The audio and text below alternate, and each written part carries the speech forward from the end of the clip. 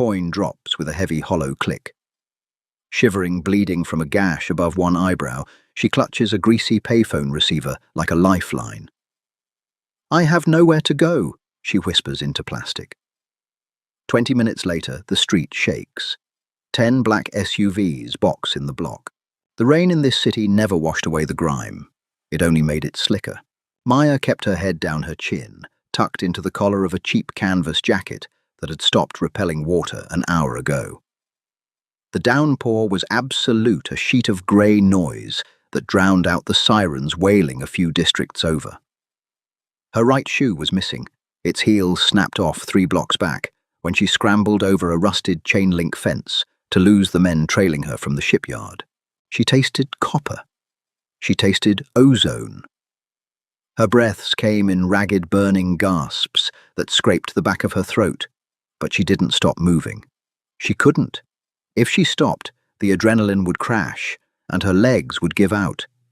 If she stopped, the men who had just put 2 bullets into the chest of her informant would find her. Up ahead, a flickering neon sign fought a losing battle against the dark. A closed bodega.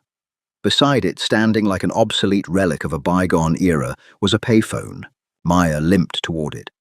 The concrete was unforgiving beneath her bare heel. She practically collapsed into the small 3-sided enclosure, the plastic shielding offering a pathetic illusion of safety. Her hands shook violently as she reached into her denim pocket. Her fingers, dark and bruised, scrambled against lint and a crumpled receipt before brushing the cold, serrated edge of a quarter. She pulled it out. 1 coin. She stared at the graffiti-covered metal box. The police were out of the question. The badges in this precinct were bought and paid for by the same men currently hunting her. Her sister was 3 states away, pregnant and safe. Calling her meant dragging a monster to her doorstep. Her friends were civilians. They wouldn't know what to do with a bleeding woman and a cartel hit squad. There was only one number. A number she had memorized 2 years ago and sworn to God she would never dial. Maya shoved the quarter into the slot. It dropped with a heavy mechanical clunk. She lifted the receiver. It smelled of stale beer and cheap tobacco. Her trembling finger punched the digits, smearing a mixture of rainwater and blood across the metal keypad. It rang once, twice. "Speak!" The voice on the other end was a low, flat baritone. No greeting, no inflection, just a command. Maya squeezed her eyes shut. A single tear broke free, tracking through the dirt on her dark cheek. "Gabriel." Silence. The line went so completely dead, she thought he had hung up. Then the ambient background noise on his end. The faint clink of glass, the murmur of a crowded room was abruptly snuffed out, replaced by the hollow quiet of a private space. Maya. His pronunciation of her name was precise, almost clinical. But beneath the syllables there was a sudden heavy shift in gravity. "You are calling the emergency line. Her voice broke. She swallowed hard, tasting blood again. "I messed up. The dockyard deal. It was a setup. They found out I was pulling ledgers, Gabriel. They shot Ricky. They're looking for me." "Are you hit?" "I don't think so. I'm bleeding, but I fell. I ran." She pressed her forehead against the cold metal of the phone housing. Her wet hair, tight, heavy coils, clung to her neck like ice. "I have nowhere to go." "Where are you?" "Corner of 8th and Pike, by the old Romero bodega. Stay off the street. Get back in the shadows. Look at nothing but the pavement." "Gabriel, they're in a silver sedan. 10 minutes?" The line clicked. He was gone. Maya slowly hung up the receiver.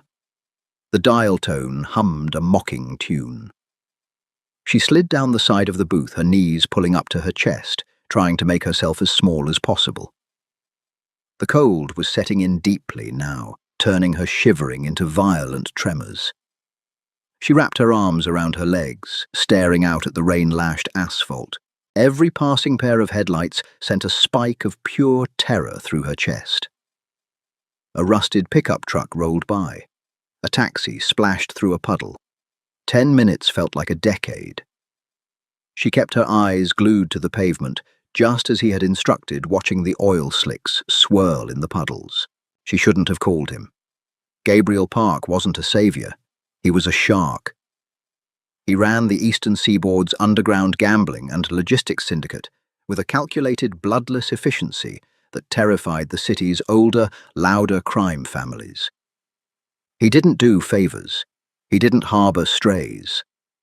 The fact that she used to audit his shell companies and that they had shared 3 quiet, unspoken months of looking at each other too long in his office didn't change what he was. 8 minutes passed. A low rumble began to build beneath her feet. It wasn't the erratic sputter of street traffic. It was a synchronized heavy thrum. Deep V8 engines. Maya raised her head. Cutting through the downpour, a procession of headlights blinded her. They didn't just drive down the street, they claimed it.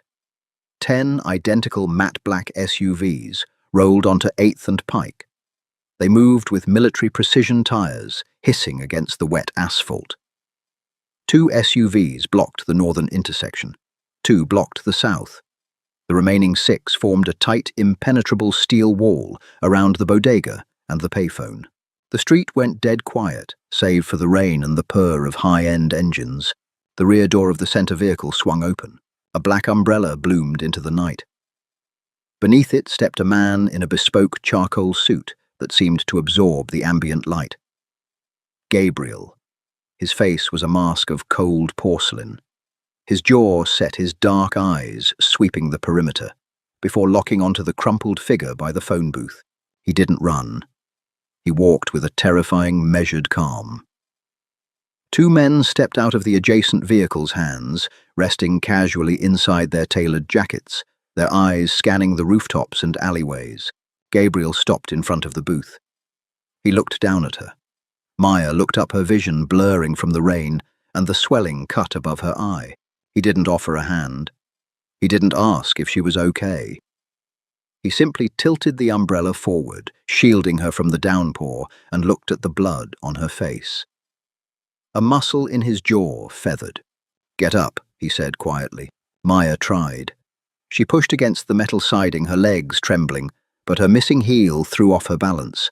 Her knee buckled. Before she could hit the concrete, Gabriel dropped the umbrella. He caught her by the waist, his arm a band of iron, hauling her flush against his chest.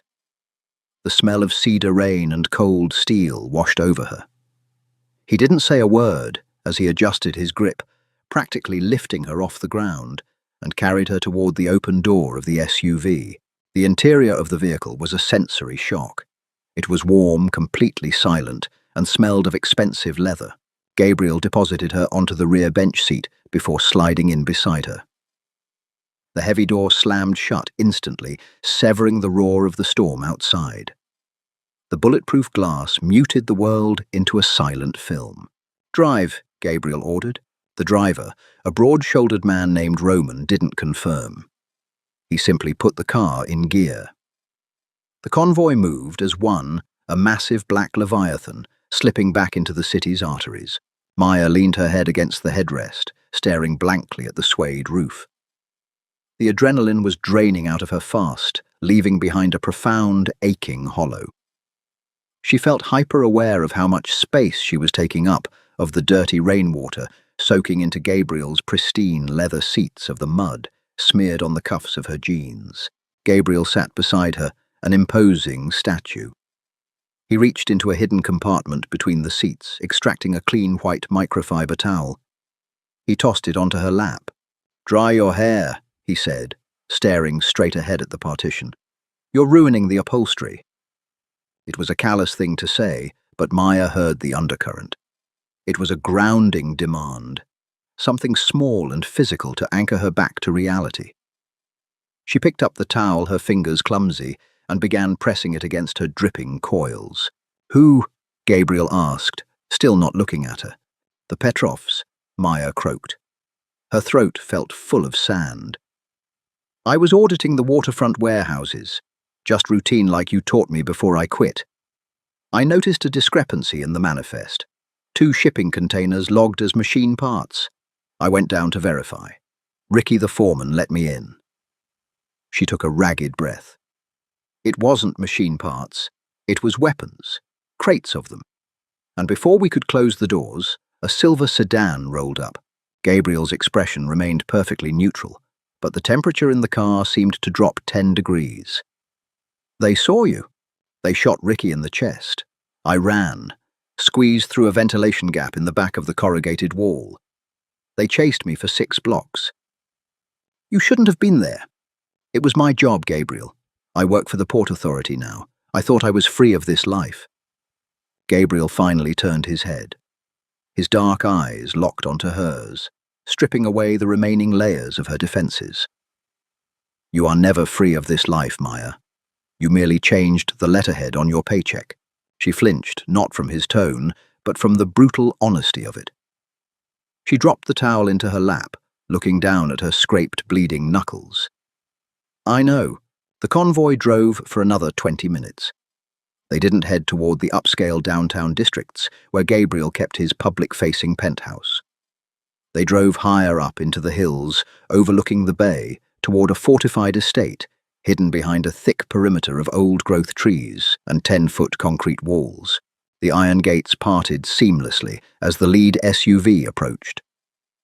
They pulled into a massive subterranean garage brightly lit and pristine housing a dozen high-end luxury vehicles. The convoy fanned out parking with practiced precision. Come, Gabriel said, stepping out of the vehicle. Maya followed her bare heel, slapping against the polished epoxy floor. Roman fell into step 3 paces behind them, his eyes scanning the empty, secure garage as if an assassin might drop from the fluorescent lights. They entered a private elevator. Gabriel keyed in a code and pressed a thumb to a biometric scanner. The car shot upward in total silence. Maya gripped the handrail, suddenly dizzy. The blood loss, the cold, and the exhaustion were staging a coup in her nervous system. When the elevator doors opened, they stepped into a massive, open-plan living space. It was minimalist to a fault. Floor-to-ceiling windows offered a sweeping, panoramic view of the storm-battered city below. But inside, everything was slate dark wood and stark white furniture. It felt less like a home and more like a high-altitude bunker. Sit, Gabriel said, pointing to a grey linen armchair near the kitchen island. Maya obeyed, sinking into the cushions. She felt utterly out of place. A bruised, muddy street rat in a museum of modern wealth. Gabriel shed his suit jacket, tossing it carelessly over the back of a bar stool. He rolled up the crisp white sleeves of his dress shirt, revealing forearms corded with lean muscle and a faded scar running jagged along his left wrist. He walked to a sleek cabinet, pulled out a white first aid box and returned to her. He pulled up a stool, sitting directly in front of her. Their knees almost touched. Look at me, he commanded softly. Maya lifted her chin. Gabriel opened the kit, pulling out a sterile wipe. He leaned in. The scent of him, clean and sharp, was intoxicatingly familiar. It brought back a rush of memories she had spent 2 years burying. Late nights auditing ledgers while he poured bourbon. The silent, heavy glances over mahogany desks. The night she left, sliding a resignation letter under his door because the tension between them was going to burn her alive if she stayed. He pressed the antiseptic wipe to the gash above her eyebrow. Maya hissed, flinching backward. Gabriel's left hand shot out, cupping the back of her head. His fingers tangled in the damp coils of her hair, holding her firmly in place. It wasn't a gentle grip, but it wasn't painful either. It was absolute control. Hold still, he murmured, his face inches from hers. He worked methodically, cleaning the dirt and dried blood from her skin. His touch was clinical, yet his thumb rested against the line of her jaw, stroking the skin with a subconscious, rhythmic motion. Maya stared at his chest, watching the steady rise and fall of his breathing. "Why did you call me?" he asked quietly, applying a butterfly bandage to the cut. "I told you," she whispered, her voice trembling. "I had nowhere else to go." Gabriel dropped his hands. He tossed the bloody wipe onto the counter. He looked down at her, his eyes dark, unreadable voids. "You ran from me 2 years ago because you said my world was too dark for you." Gabriel said, his voice dropping an octave, settling into a dangerous, gravelly register. "You called me a monster in a tailored suit. You said you wanted the light. Maya swallowed, unable to break his gaze. Gabriel leaned closer, his voice a lethal caress. And yet the moment the light burns you, you run straight back into the dark. He stood up, towering over her, his broad shoulders blocking out the city lights from the window behind him. Roman Gabriel called out without turning his head. The enforcer stepped out from the shadows of the hallway. Yes, boss? Get the men ready. Find the silver sedan. Gabriel looked down at Maya, his expression hardening into something completely devoid of mercy. The Petrovs think they can hunt what is mine. They are about to learn what a true predator looks like. Maya's breath caught in her throat. What is mine? Gabriel turned on his heel and walked toward the armory, the heavy vault door echoing through the silent penthouse. The heavy steel of the armory door hissed shut, its mechanical lock engaging with a thud that vibrated through the floorboards. Maya was left alone in the cavernous living room. The silence of the penthouse was immediate and suffocating, a vacuum sealing her away from the chaos of the city below. She stood slowly. Her bare foot protested against the cold hardwood, the bruised heel throbbing in time with her pulse. She needed to wash off the smell of the alley. She needed to wash off the phantom scent of Ricky's blood. She found the guest bathroom down the east hall. It was exactly what she expected of Gabriel's slate tiles, a massive rainfall showerhead, and completely devoid of personal touches. No extra toothbrushes, no stray bottles of cologne, just sterile, expensive function. Maya stripped off the damp, ruined canvas jacket, letting it drop to the floor. Her t-shirt clung to her ribs, stained a rusty brown at the hem. She kicked off her remaining shoe and turned the shower dial all the way up. The water hit the slate with a deafening hiss. She stepped under the scalding spray fully clothed, letting the heat shock her nervous system back into alignment. Her skin turned a dull, aching pink. The water pooled brown and red at the drain, swirling around her toes before spiraling away into the dark. She pressed her palms against the slick wall, bowing her head. She had called him. For 2 years, she had built a quiet, meticulously boring life. She audited municipal manifests. She bought cheap coffee at the corner store. She dated a middle school teacher for exactly 3 weeks before the profound, mind-numbing lack of danger made her break it off. She had run from Gabriel Park because he terrified her, not because he was violent, but because he made violence make sense. He organized it. He budgeted for it. Now she had pointed him like a loaded gun at the men who chased her. Across the city, the storm finally began to break. The torrential downpour faded into a miserable, freezing drizzle that fell like ash over the industrial district. The silver sedan was parked outside a defunct meatpacking plant near the North Rail Yard. It was a sloppy hideout. Predictable. Gabriel didn't send a scout. He didn't establish a perimeter. He simply brought the hammer down.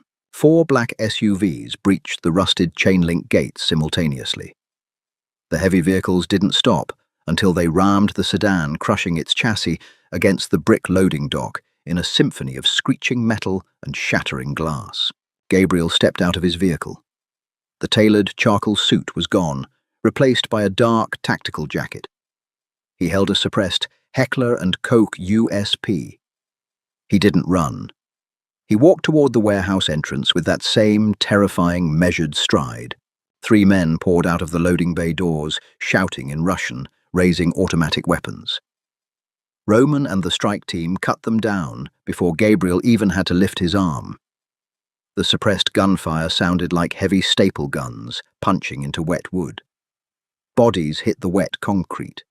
The metallic tang of fresh blood instantly overpowered the smell of wet garbage and rusted iron. Gabriel stepped over a twitching leg and walked into the warehouse. It smelled of ammonia, cheap cigars, and panic. 2 men were left inside, huddled behind a stack of splintered wooden pallets. One was clutching a radio, screaming frantically for backup. The other fired blindly toward the doorway. A stray bullet shattered a hanging fluorescent bulb overhead, showering Gabriel's shoulders in a fine dusting of glass. He didn't flinch. He didn't blink. He signaled Roman with 2 fingers. The enforcer flanked right, moving through the shadows of the machinery like a ghost. 3 seconds later, a wet, heavy crunch echoed through the cavernous room, followed by a gargled scream that was cut abruptly short. Gabriel walked forward. The remaining man, the one with the radio, dropped the device and threw his hands up. He was young, barely out of his teens.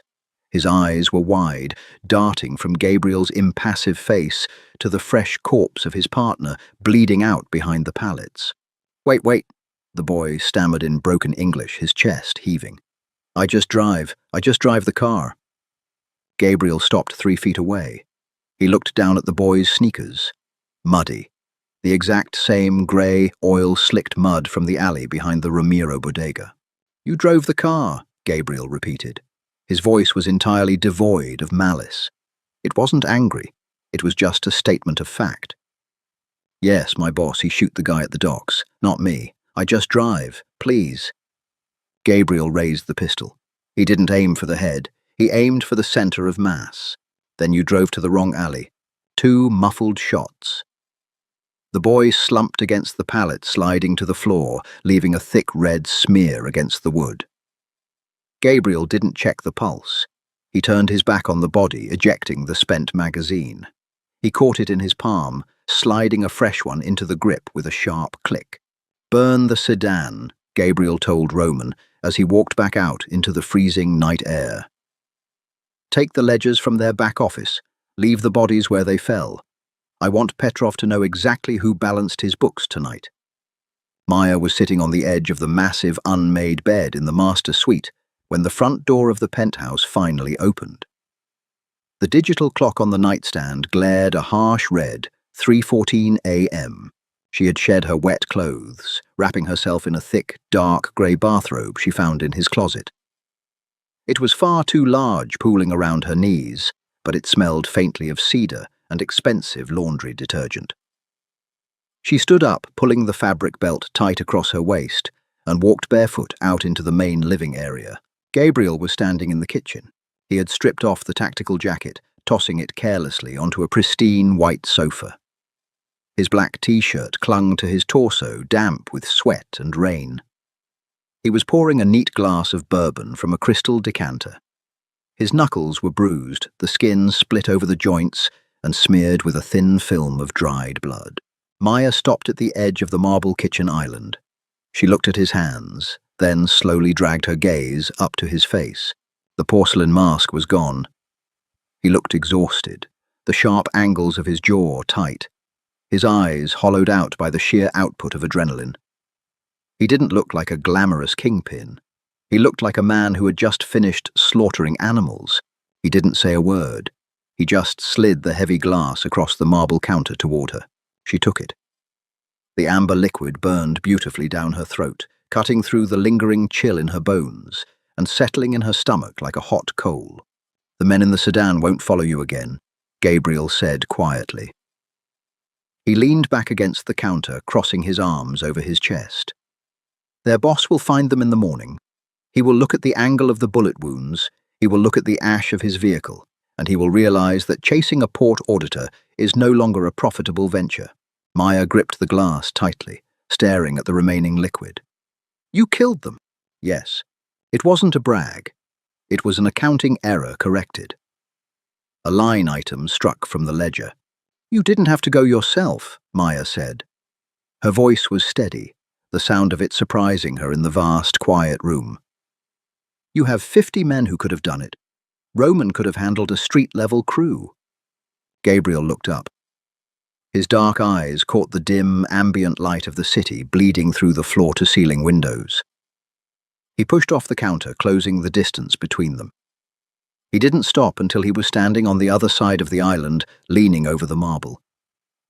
The scent of him had changed. The rain was gone. Now it was cordite sweat and copper. I don't outsource what belongs to me, he said. Maya's breath hitched. She looked up at him, her chest tightening. I left 2 years ago, Gabriel. I slid my resignation under your door. I walked away from the syndicates. You changed your zip code. He corrected his voice, a low, rough murmur. He reached across the marble. His bloodied hand hovered over her cheek for a fraction of a second before his knuckles grazed her skin. You changed your clothes. You didn't change who you are.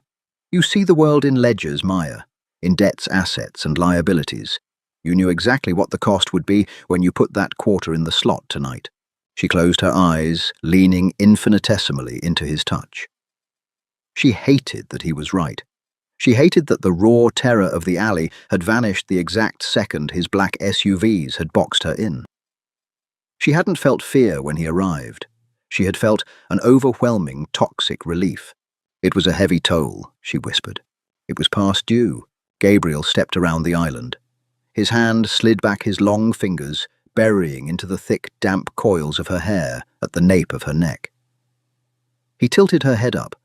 There was no gentleness in his expression, only a fierce, possessive gravity that anchored her to the floor. There is no more pretending, he said, his breath warm against her lips. No more municipal jobs. No more cheap apartments hiding in plain sight. You audited my life, Maya. You saw the rot in the floorboards, you counted the blood money, and you still called me when the wolves came. And if the wolves come for you? She asked, her pulse beating violently against her throat. A dark, sharp smile touched the corner of Gabriel's mouth. It didn't reach his eyes. Then you will balance the books, as you always do. He didn't wait for her permission. He kissed her. It wasn't a gentle, cinematic reunion. It was a collision, hard, desperate, and tasting of cheap bourbon and violence. Maya dropped the glass. It shattered against the hardwood floor, the sound sharp and final in the quiet penthouse. But neither of them flinched. She grabbed his shoulders, her fingers digging into the hard muscle beneath his shirt, anchoring herself to the only thing in the city that felt real. She had run from the dark for 2 years, desperate to be clean, only to realize the light had never kept her warm. She was exactly where she belonged. Standing in the center of the storm, perfectly safe in the arms of the monster who brought it. Did this intense, gritty Mafia romance keep you on the edge of your seat? If you loved watching Gabriel and Maya's dark, explosive reunion, hit that like button right now. Tell me in the comments if you want more stories diving into the ruthless underworld of Gabriel Park. Don't forget to share this video with your fellow romance readers and hit subscribe to the channel so you never miss another thrilling chapter. Stay tuned for more dark romance.